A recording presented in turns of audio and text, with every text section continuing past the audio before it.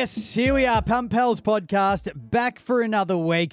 Follow us on the socials at Punt Pals podcast. You'll find us. That's no dramas. It is easy. But don't worry about all that stuff right now because we have the great man back in the studio. He's had a week off because he's had a little bit of life stuff going on. It's all been positive. It's been amazing. Nick Ristovic, welcome back. Great, man. Splendid to be back. Feels like it's been a month, but it's only been a week, hasn't it, really? You've only missed 1 week. That's the funny part about It's it. been a long week, though, mate. Yeah, I bet it has. I'm not going to lie. I don't even know what day it is at the moment, but You've I'm had here. a bit going on. Physically, I'm here, mate, and absolutely pumped to be back because you've been doing some heavy lifting on the podcast, mate. Your shoulders must be sore carrying us for the last week. Oh, look, mate, do you know what? I did a bit of extra work, but I'm quite happy to do it because you've had a lot going on. Don't worry about me right now. We're more interested in what's going on in your world. So you have been waiting... Yes. Just a lazy 9 months in order for a little package to arrive. Yeah, and mate. do you have any news for us? I do indeed, yes. Some very positive news. The package arrived on time. Yay! And that package we're talking about is, of course, the latest addition to the Ristovic family, young Max, who the people spoke, didn't they, Robbie? We put it They out did. Mac or Max, and there wasn't a lot of love for Mac, I'll be honest. Really? Yeah. There were a lot of sort of return to the Mac, how could you use it in different sentences, but it was more of a bit of fun, really, than a legitimate suggestion for a baby name. So. I loved Mac. That's saying something about me more than anyone else. I by the loved Mac sounds of too. it. Oh, you did? I did, but I was outvoted. Not only did the punters speak on the back of that podcast, but the family weighed in as well. And the weirdest part about it, and those who've had a child, they often say the child will come out and you'll just know the name. Yeah. That's the biggest bunch of bullshit I've ever heard. Really? He'll look like a Max or he'll look like a Mac. Like, what does a Mac look like? I just think that's one of those things in life that is just one of the most ridiculous pieces of advice you'll ever be given. That's so funny. So anyway, we didn't sit long on it. Max arrived and it was a short labour, really, much quicker than the first one. And Mum and Bub are doing very well, other than zero sleep, mate. Yeah, well, that's to be expected, I guess. And by the way, Max, bloody wonderful name, by the way. You've done well. Thanks, mate. Yeah, That's Max good. and Van, so 2 short names for that longish surname that I'm rolling with, Ristovic. So they'll be happy about that, the young fellas. But no, all was going well, mate. Last time I saw you, we obviously had the quokka at Ascot. Oh, yeah. So they were going back that far. Had a really big collect on Jigsaw that day, which was good. Did you now? We tipped the punters in, said it was the best track work we'd ever seen. Got Yeah. $4.40 in the week, came into about $2.80 on race day. So it pays to listen to the podcast, mate. And That's I hope so true. many of them had a crack at that. But other than that, mate, I got the mother-in-law over from New Zealand. She's doing a fabulous job of helping us out at home. Great. The missus has got a list of house chores and things for me to do, like building fences and driveways in a bunch. It's as long as my left arm, mate. So, Who's got time for all that with 2 kids in tow now, man? Exactly. I got a little toddler helping me out, mate. He's on the wheelbarrow. It's all happening. So it's been good, mate. But I've missed this potty, missed you, and can't wait to see what you've been up to, mate. Oh, mate, I've been up to a lot. Nothing like what you've been doing, man. You've had full life changes between the new job and a new child. It's more in your exciting wake as stuff, well. then, essentially. Not at all. Sarah probably listens to this podcast, and I wouldn't want to be saying that. Well, sporadically. I might get one of the slaps that's usually in store for you. Gosh, got much left in it, mate. Mate, look, last week probably pretty quiet. I was just sort of sitting around the phone waiting for the phone call to see whether a new Ristovic had Yes. graced the earth. But this week's been very big. I actually had an awesome night on Tuesday or Wednesday night it was. So the UFC's in town this weekend. UFC Perth happening on Saturday. Oh, I did see a bit of this online. Oh, did ya? Yeah. The great man there, rubbing shoulders with some of the talent there, mate. In the Volk, mate. Yeah, that's right. Look So at this. Crown did a bit of a VIP UFC event for their big-time punters, the guys that love getting in there and Yeah. getting amongst it, similar to the sort of gear you used to do at TAB. So you and me then should have been there, big punters. It should have been you and me, yeah. Yeah, funny that I was hosting it rather than actually being a guest. But anyway, so I hosted this thing, man, and they got 4 of the UFC fighters along. It was really cool stuff. They had a guy called Benny Johnston who has an interesting story. He actually retired for 2 years. He never made it to the UFC. He tried his guts out, but never quite got there. But then one of the fighters he's training now pulled out through injury and they needed a quick fix. So they said, Benny, you're coming out of retirement, start training, you're in.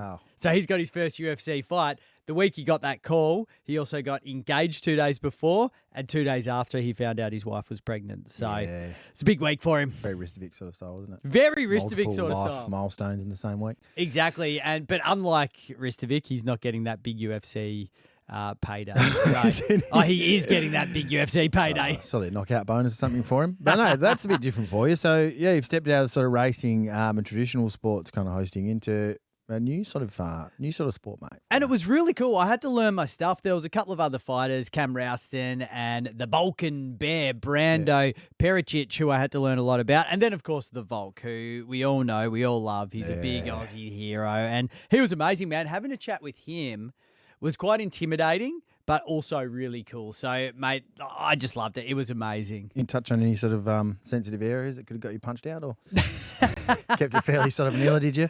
I kept it fairly vanilla. But do you know what? I said to the Balkan Bear, who's a big Aussie boy, he's a heavyweight, and I said, if you win on Saturday, how are you celebrating? And he just stopped. He looked at me and he said, what's this if? When? And I was like, so there you go. Sorry, man. Sorry. When? That's what I meant. Yeah. I was just testing you. So you'll be getting an invite to the after party then for some of these fighters if they get the job done, you think, mate? Or what? Well, I bloody hope so. Yeah. I bloody hope so. I'm going along on Saturday night, which should be a bit of fun to the UFC. So that'll be cool. Yeah, you've been everywhere, mate. I'm loving it. I'll be in everywhere, So man. how do you find any time yourself, really, between multiple gigs, mate? Yeah, wearing different hats. Still the tab touch stuff. You got the UFC stuff popping. Seeing some of those F1 gear you've been doing in recent times. Plus your own channel, plus the radio stuff. I mean, you're a busy man, mate. There's a bit too much going on sometimes, I would say. Yeah, need to get off the screen. Just add a kid, mate, in there at some stage, will you? Jesus. Can you imagine? You'd keep no sleep. Can you Well, you can leave imagine? at 3 a.m. for radio. It's perfect. You missed the witching true. hour, mate.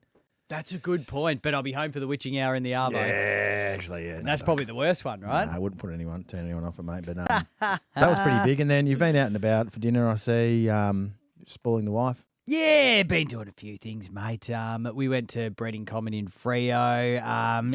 Just been doing our thing, getting around, watching some footy too, which has been nice. And you've also got to make sure you have fine time for footy. Even you're doing that. Well, yeah. And you've got 2 kids in tow. Nursing the toddler, or while he's got his dinner, tucking into a bit of same game multi-action. You came south too, mate, which is good. You're usually a north sider. It's good to see you come down and show the Fremantle people some love as well. We change it up every now and again, head south. And, Freo's good. Freo's good. I like Freo. Not far from my joint, mate. Probably next time, right? I will. Well, I thought you might have just had a little bit going on. Yeah, no, I'll just send a baby to you and watch the game myself. Sure. Mate, did you watch the footy last night? We'll get into Hero of the Week in next week's round in a minute, but yes. I want to know about last night. Did you have anything on the game at all? I actually skipped this one. I had nothing. Mate, I did. I was in the car doing a few errands, listened to the first quarter in the car and then tuned in intently from home. And it was a great game, to be honest, mate. Cracking. I never expected Hawthorn 30, 40 plus point win. If they kick straight, they may have got the job done. But it was a huge result. Obviously, a draw there in the end. Hawthorn kicking 13 goals, 15 didn't help. But I had a big multi, mate. I spoke to you about it prior to the potty. 44-1 it was paying. And had some crazy legs in the Nick Dacos anytime. Jordan Agoe too. Just the sort of legs at $2. You think, if these get up, we're in the money. And in the end, mate, of course, it was Jack Gunston going goalless that cost me the multi. And he's gone, that's the first time in 23 games I think he hasn't kicked a goal. Huge I think it was the longest streak in the AFL. It was incredible. Still got the money back. Obviously, the bet return there, the one leg fail. But everything came up trumps apart from that. But, mate, to tell you the story of the game very briefly, to touch on it, Collingwood were destroyed in clearances. I think it was 19-5 centre clearances Hawthorn's way. Collingwood owned the corridor, which forced Hawthorn to go wide, and they got some really shit kicks on goal from awkward angles where they just couldn't seal. So they beat Hawthorn at their own game by owning the corridor, spreading the wide expanse of the MCG and running that sort of boundary game they do, and found some really good looks inside. And those goals from inside 30 for Collingwood meant they were very accurate in front of goal. It was interesting they were able to do it with 4 changes as well, so it was good from Collingwood. Did you watch the last minute and a half of the game? That was quite epic. Hawthorn thought they'd lost it, I think, and then things just happened. Yep. That mark pops up. Dylan Moore goes back to kick the goal. The siren goes, and bang, he pulls up the draw. How good was it? Well, it felt very umpires trying to let Collingwood win again in the lead up to that. Oh, that's umpires don't. So I mean, no one favours Collingwood. The AFL doesn't either, mate. I keep saying it, but I mean, Nick Watson catches Billy Frampton cold inside 50. No, heaps of prior. Not paid a free kick. How? Then there's a ticky-tacky 50-metre penalty for not standing the mark, which sets Collingwood down for a goal. They got to look at that. That is actually a terrible Within rule. 90 seconds of the result, mate. Yeah. And then obviously Darcy Moore goes up for that mark, Falcons, and then takes the high tackle, which leads to the Moore goal to equalise the game. But it sort of just felt very, very Collingwood at the G towards the last 5 minutes of that game where whilst Hawthorn should have put him away, I think the umpires definitely gave him the rub of the grain there in the last 5 minutes. They did. But do you know what? I like that result. And how often do you put a bet on a draw? Pretty much never. Yeah. But that would have usually nets you $51. Yeah, 51-1, I think, mate. Yeah. One guy, just quickly to talk on some elite performances in the game. And a guy you spoke about a few weeks ago to keep your receipts, Connor McDonald for Hawthorn. Oh, yeah. 28 posies and 3 goals. Standout game from him. Very good game from Connor McDonald. He's a very good player. Excellent player. He's an any-timer and he's a 20-plus at the moment. Yeah. He's becoming very consistent, so he's one to put in. Every day of the week. All right, let's jump into Hero of the Week. I can be your hero, baby. Don't be a hero, mate. Heroes of the Week. Look, mate, I feel like this is almost sacrilegious as an Essendon supporter. And ironically, we've moved on past another Collingwood game since this happened, but we haven't done a potty, so we'll mention him. Scott Pendlebury. So his Anzac Day was bloody unbelievable. 43 posies, 2 goals, 19 score involvements. That's the 4th Anzac medal that Pendlebury's won, a supreme performance in his 431st game. And that was the highest amount of possessions for a 40-year-old ever. Well, not 40. He was the oldest person to get 43 possessions. It was an incredible performance. Yeah, it's pretty unbelievable. Like, how do you do that at his age? He just looked evergreen. Well, it's just that guy can play multiple roles too, can't he? Half back, throw in the middle, put him in the wing, send him to half forward if you want. He'll send you inside 50 and set you up. We even kicked 2 goals. You're right. So you can do anything at the moment. 19 score involvements to your point there, mate, in the notes here. That's probably the bigger thing for me is that's just mass impact, really. You can rack up posies off half back and get 40. There's a lot of guys that do, but to have 19 score involvements and hit the scoreboard twice with 2 goals in a huge game. It's bloody huge, man. Definitely a novel Hero of the Week nomination from you, mate. It was massive. I do see he's wearing the gold number 10 on his back in a couple of weeks' time when he beats Brent Harvey's record there, all-time games record holder. Bit Showtime, but I like it. I like it. Imagine Give the it to jersey him. Sales. Oh, through the roof. $500,000 in merch overnight there, Collingwood. Just add to the coffers that they already have. See, it's good. You got to be smart about these things, mate. And I think the one thing I would say to the contrary around Scott Pendlebury and the decision to rest him, he played 92% of game time in that Anzac game. Yeah. They belted Essendon, mate. Yeah. They really need him to run a 92% game time in the Anzac Day game, then to rest him this week and they go and have a draw against Essendon. Well, they could have won. To Hawthorn, they could have won the game. It's an interesting point. I guess he was just on a roll. Like, I guess he was just playing that well that you couldn't stop him. You can't rip a guy off when he's just getting that many possessions. Well, they do all the time, though, don't they? Yeah, I know. I'm not for it. Don't get me wrong. Like, if a guy's kicked 5 in the game and you're resting him on the bench for the last quarter, I don't like to see it. But it is pretty common in footy these days, mate. But that was a game for the history books, I reckon. Yeah. Nah, you got to keep him on. It sucks that they missed him, and it could have been the difference this week. You're absolutely right, but I'm glad they kept him on. Wrapped up the medal, didn't he, too? So big time. Dacos got 43 touches as well. He sort of went amazing. I can't believe I'm saying this, but he kind of got a bit forgotten in the Pendlebury stuff that day. But he played really well. I had him last night. Dacos 21. He didn't really play a very good game. And I thought there's no way he's getting to 30 in the last quarter. He had 9, didn't even notice. He loves the last quarter. That is becoming his best quarter of footy. It's nuts. And he just always gets there, gets to the 30 and gets the job done. But he's playing sore at the moment. So they have a few list decisions around resting some of those guys. How you mentioned before. They need to be cherry ripe at the right part of the season. And I think the next few games where they start to have those staggered rests of those players, it'll be interesting to see how far their depth runs, mate. It's going to be really bloody interesting, mate. Let's jump into the footy that we've got going this weekend. Of course, Collingwood, Hawthorn, done and dusted. We've just talked about that. But your boys tonight, the Western Bulldogs and the Fremantle Dockers. $3.33 for the Dogs, $1.33 for the Dockers. Wouldn't have seen these odds at the start of the year when everyone was spruiking the Doggies for the premiership. Of course, decimated with injury now, aren't they, Robbie?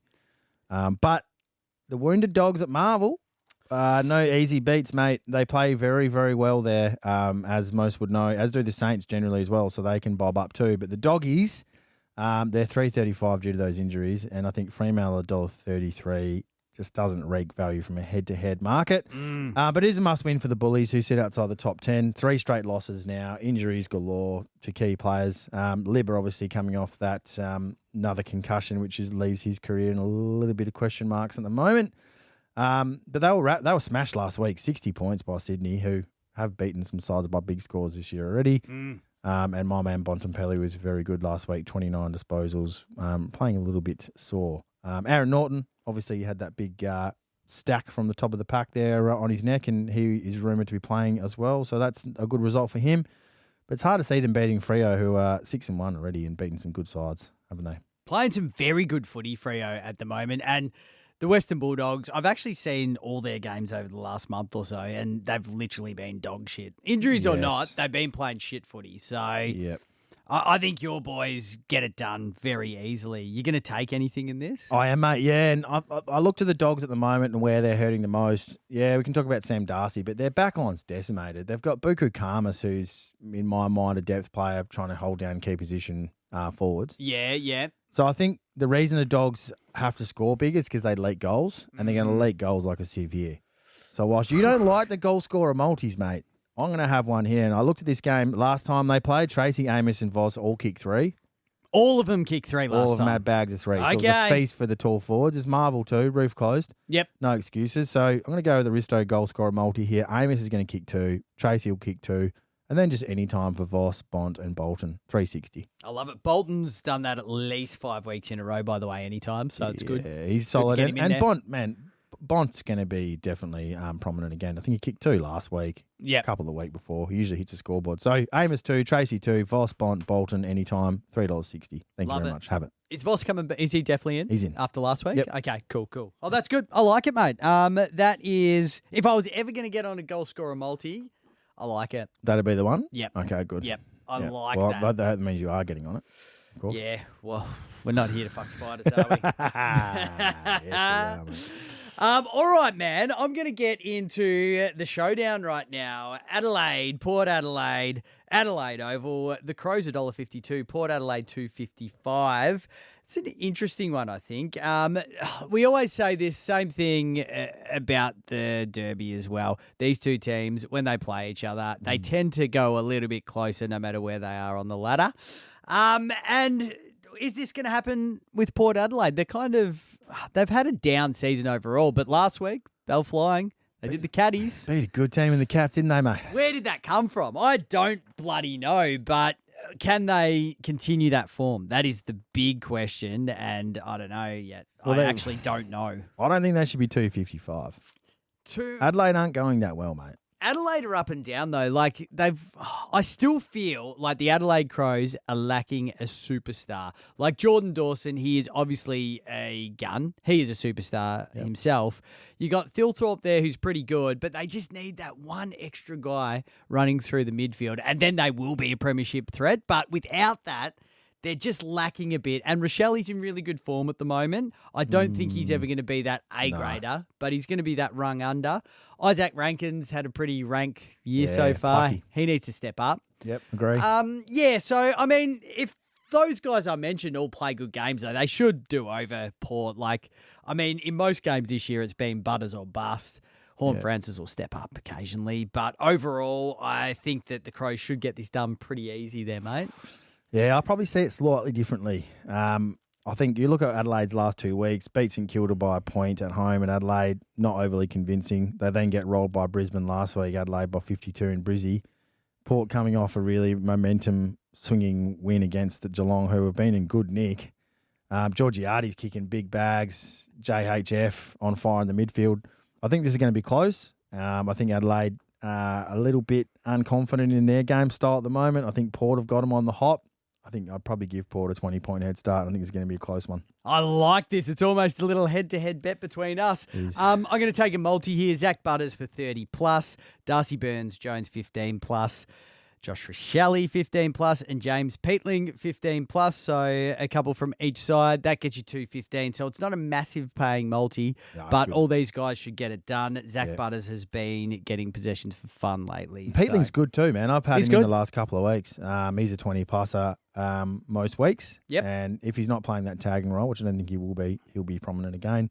And yeah, just don't dismiss. What I would say is don't dismiss big Georgiades either. Big Georgie. He'll kick 3 or 4, mate. No problem at all. He's been elite. kicking a lot of goals this year, hasn't he? He's been very good. He's elite, man. And he hasn't got a lot of players around him really that are taking any key defenders. So for him to be doing what he's doing in that forward line just speaks to his quality for mine. Yeah, and Port's forward line's really interesting because a couple of years ago, I reckon Georgiades was almost struggling to get in there. They had guys like Charlie Dixon doing well. Rowan Marshall. Toddy Marshall. Toddy Marshall, that's his name. Is he even in the side? He's gone back this year for Port. The experiment's finished though. They have thrown him now forward, but he's down the tail end of his career now, mate. Yeah, so I don't know. Georgiades has really stepped up. And he's going well. So JHF loves a goal too, doesn't he? He does love a goal. Now, what do you have last week? You put it in does there? love a goal. 34 disposals last week. 7 centre clearances. A couple of goals a week prior. He might be one for any time as well if you're playing at home, mate. He could be. The problem with him, though, he's just not consistent enough. I love the guy, but, he'll go and get 15 this week after a 34 posse game. But, he keeps building. He's still young. He's only 4 or 5 years in. Well, he's starting to turn the corner, mate. I'm starting to believe. Oh, I love it. Essendon and Brizzy, Saturday at Marvel Stadium, $6.70 you can get for the Bombers. Brisbane Lions, $1.11. And let's just throw it out there. Bombers had a down week after their massive win at Gabba Round 2 weeks before that. Good game against the Gold Coast as well. $6.70 value. They're going to just light up Marvel Stadium and give the Lions a bit of what for. Yeah. Or maybe not. I think that's a very That's optimistic wishful view, thinking. Marvel. But the Lions, they don't generally play too many crap games in a row, do they? No, they don't. Same It's thing. pretty rare. They got knocked off a couple of weeks ago by Melbourne, obviously, the Lions, which cost us in the challenge. Yeah. And then came out and went bang the following week, just to remind us how good they are. So a couple of changes for Essendon, mate. Gresham in, Ewan in, Kondo Giannis. Yeah, he's a young fella. He almost, I think he end up making his debut the other week. It's either his first or second game. Young guy, out of the draft last year. Nick Cox is a bit of a tease. Out goes Archie May, which I was almost mourning a little bit when I saw his He's knee so buckle. good. It's hard to see him. He's the second knee, I think, now, Archie May. Far out. That's going to be a long stint in the sidelines. And ACL, Parrish out, Satsas out, and Kako. So there's some quality going out, mate. I'm not going to lie. No, it hurts. My optimism from before was very, very overcooked. I think it's going to be an absolute flogging at Marvel Stadium. It's going to be rough. As you say, Brisbane Lions stars from line to line to line. Like, they are so stacked. Essendon, although they're going to be up and down this season, I think it's a downward time. I just can't really see any way in which this gets done for Essendon. So it's all about just maintenance at this point. Don't get flogged. I think so. And I think, you look to the midfielders for Brisbane here for big numbers. I think they'll beat them up in there. And I'd be very, very wary of backing those halfbacks like Dane Zorko first game in, Kaneen Coleman. I don't think the ball's going to be down there much. So That's it. Just be wary. How good was our boy Archie Roberts last week in the ANZAC Day game? 42 posies. He's racking them up. No respect for him, is there? No No one wants respect to go for with him. him. Yeah.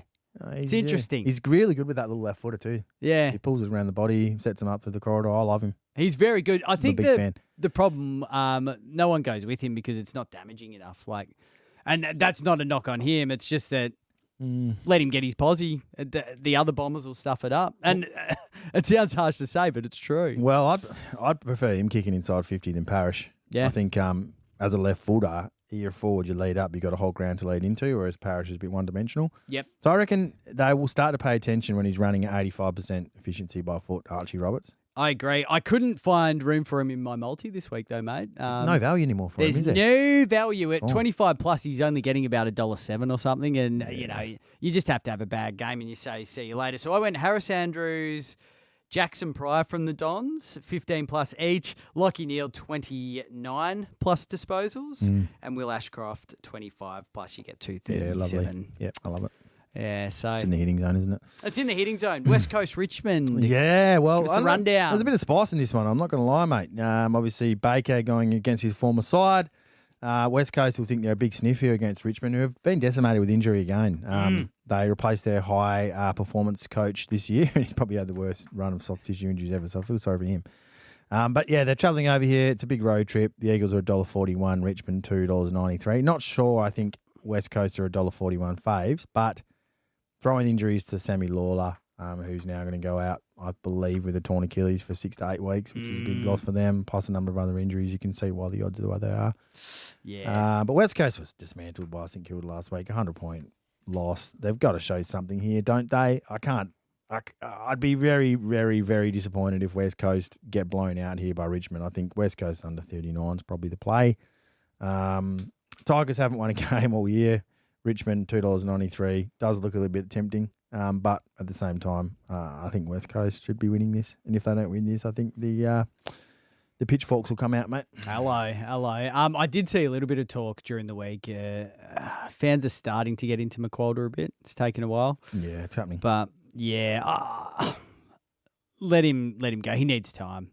You've got to be patient here. Yeah, you do. And they're going to have a few stumbles. They've won a couple of games. They're looking promising, and then they get blown out by 100. They're the losses they just can't continue to have, I think. Yeah. But they're going to cop them, man, because their team's so young and they're just putting this together. So you just got to cop it. You got to be patient, West Coast. It hasn't been that long since your last flag, so just no, I'm with you. But, I mean, you talk about players coming in. Schoenberg, Matt Owies and Tom Goal.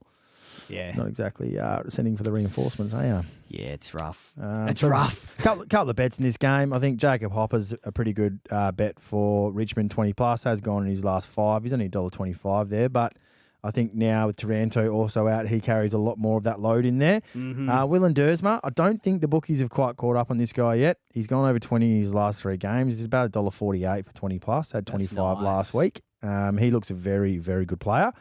And then working through the list, you've probably got the usual types in front of goal there. Seth Campbell is a good player for Richmond, usually bobs up. Steely Green is another one I've been putting in a lot. And then you've just got to keep sticking with Jakey Waterman. He's eventually going to kick straight. He's only $1.05 for any time, but I think he'll have supply here at home on a good deck here at Optus, and he should be kicking 2+ at $1.20. I think you are absolutely spot on there. So it's going to be an interesting game. There could be a bit of heat in it, as you say. So I reckon. It'll be an interesting watch. Moving on to Geelong and North Melbourne. So this is happening at Alphabet Stadium, GMHBA in Geelong. Caddies $1.23, North Melbourne $4.20. Geelong are going to be looking to bounce back after that Port Adelaide lost 95-65. Who can believe it?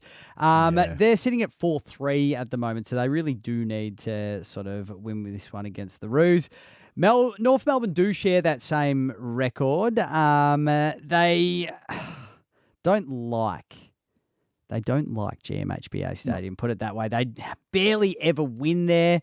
They lose by an average of 75 points. That's happened in their last 6 games. So it's not looking good for North, but they are up and about. I was looking at the ladder. I think they're sitting 5th or 6th. So I can't see them continuing that form all year, Nico, but at the moment, they do just have a little bit about them. They're a bit proppy, and I like them. I don't think they can beat Geelong, but do you know what? Stranger things have happened. Yeah, you're right. They are plucky, and their tails are up at the moment. They've equaled their win record from last year already so far this season. So it's hard to argue they haven't gone steps forward. What I would say, North Melbourne leak goals heavily. They have a very good midfield, I reckon, North Melbourne. Very underrated. If they get that centre clearance game going and they can keep it in their forward half, they're a chance. But I think what's going to happen is probably Geelong are going to be fairly competitive in the midfield. They'll go forward, and I think they'll leak goals again with a lack of key position backs North Melbourne. So the likes of Griffin Logue, Comben, they're just not really reliable, trusted, tall, key defenders. And I think that's where the Cats will get on top. I think Jezza, Shannon Neal, these guys are going to be hard to stop in the absence of those big key backs. So I think the way I'm playing this game is purely, again, goal scorers. Keeping the same theme. Lucky will kick 3, Jezza will kick 3, and Curtis will bob up any time for North Melbourne. $4.20 just looked like a really good price there for me. Love that for me. I think this is going to be a really high possession game. Obviously, Smith and Holmes there rack them up for Geelong, who traditionally haven't had a lot of players who go 30+ every week, so they're killing it. And of course, you've got the Roos who, we don't know where they're at the moment. They're plucky at the start of the season, but they're a high possession team. Sheasel's getting 30 every week. So I'm going to take Smith for 30 plus, Holmes for 25 plus, Sheasel 14 handballs. He loves throwing a handball around. Davies Uniacke 20 plus, and Luke Parker 20 plus, because all those guys rack them up. You get about 320 for that. Yeah, Parker's having a year, isn't he? Isn't he good? My God. He Fine takes wine. a good overhead mark, doesn't he, too? Yeah. I love him. He's a gun, man. And to think that you're not running him through the midfield, that's when you know you've got some quality players going through as well. 25, 26, 29 his last 3 weeks. Parker, UDL or LDU. UDL! Depending on where you've listened to us a few weeks ago. We had UDL thrown in there. That's his name 27, now. 31, 26, 20 last week for LDU, but I think he'll be 20 plus for sure. So that looks pretty good, mate. Love it. I'm loving Now, Carlton St Kilda, this is Saturday night, Marvel Stadium. Yeah. I got to be honest, I don't have a lot of interest in this game. I detest Carlton and St Kilda. They're just the good old one flaggers, aren't they? They are, mate, and I don't know. Carlton, that team that just continue to frustrate me. I don't even follow them, so I can't imagine if you're a member or a fan. They play a game of two styles. They're very good in the first half and then completely go to shit in the second half. It's the most predictable betting pattern of all time. And I continue to back it in. However, I did watch them intently last week versus Fremantle. Yeah. And I thought they were pretty underrated that last quarter. Yeah. This thing had gone out of the game, but to play that well away from home last quarter, closer to within 14 points of Freo, who are side at the pointy end of the ladder, bit underrated for mine. Yep. And I think St Kilda, a bit overrated sometimes, mate. I would 100% agree with the St Kilda call. Even though St Kilda cost us multis all the time, don't they? They're like our bogey team. They are. They're so inconsistent. think I'm going to have a little bit of a same sort of approach to this game. I'm going to take the Blues to lead at halftime, and I'm not going to worry about the end of game result. I'm just going to take the Blues to lead at halftime at $2.37. $2.37. I think Carlton could win this game. I do think they're a chance of winning this one. So $2.37 for them to lead at halftime seemed like a no-brainer. I love it. I see PointsBet, and I took it a couple of weeks ago at $6.50. PointsBet had Carlton to win. To be winning at halftime, then lose the game. Yeah. And then the next week against Collingwood, they had it at $7.50, and I didn't take it because I thought surely they can't be leading at halftime against the Pies. But they were, weren't they? It happened. Were they leading at three-quarter time? I can't remember. I can't remember that. Quarter by quarter leader. There was one where they were leading. There was 2 to 3 games in a row where they led every quarter except for the last. And it was paying $6.50 to $15 each week. The Blues, man. Keep loading them up. All I'll say is, as a Bombers supporter, I'm having a torrid year. I'm having a torrid decade, but I do take joy in the fact that Carlton are doing worse than us. 100%, man. Also, quickly on that tip I said about halftime, is they did come back from Perth last week, so they may be finding late in terms of energy and stamina. Teams traditionally do struggle the next week after playing in Perth. So they'll need to come on and put a score on early, I think, and that's what I expect them to do. Then they'll completely run out of gas and Saints will roll them late. Interesting. I like it from you. Let's put that on for sure. A couple of Sunday games, mate. Swans and Melbourne. Wouldn't have thought at the start of the year that this would be one of the games of the round, but the D's, after a loss to Essendon 3 weeks ago now, they are flying all of a sudden. I don't know where this has come from. Different game style, mate. Yeah, and Cozzy Pickett's just the elite game-changing superstar that can just kick 3 on a dime and turn the whole game. Yeah, and he's unbelievable. He's magic. Well, when they talked about him coming to Freo last year, I was almost ready to go out and buy me membership. Mate. Well, imagine having him and Shea Bolton. Would have been unbelievable. So I think it's him, really, and the emergence of those other guys through that midfield that have come on again.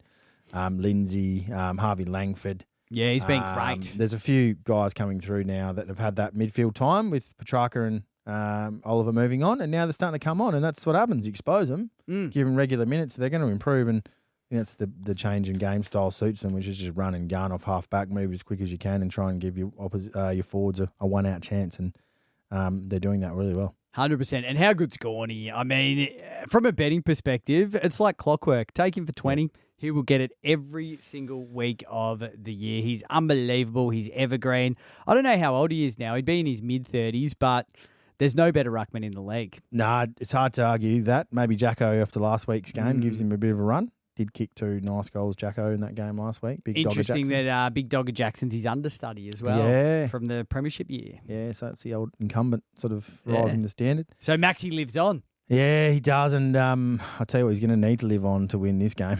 They're going to squeeze him there at the SCG, Melbourne.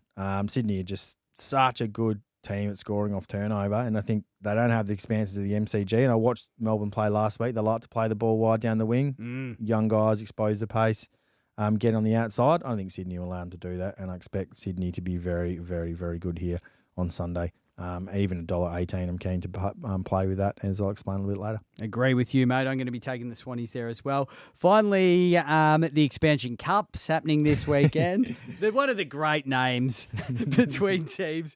Gold Coast Suns, GWS Giants, both travelling all right. The Suns, there was probably a little bit more expected of them as to where they're at right now, I think. GWS, we didn't know really going into the year. Giants paying $3.08, Gold Coast $1.38. Yeah. Gold Coast at home, you'd think here. Hard to get a read on Gold Coast, GWS. They seem to be in games and losing by small margins.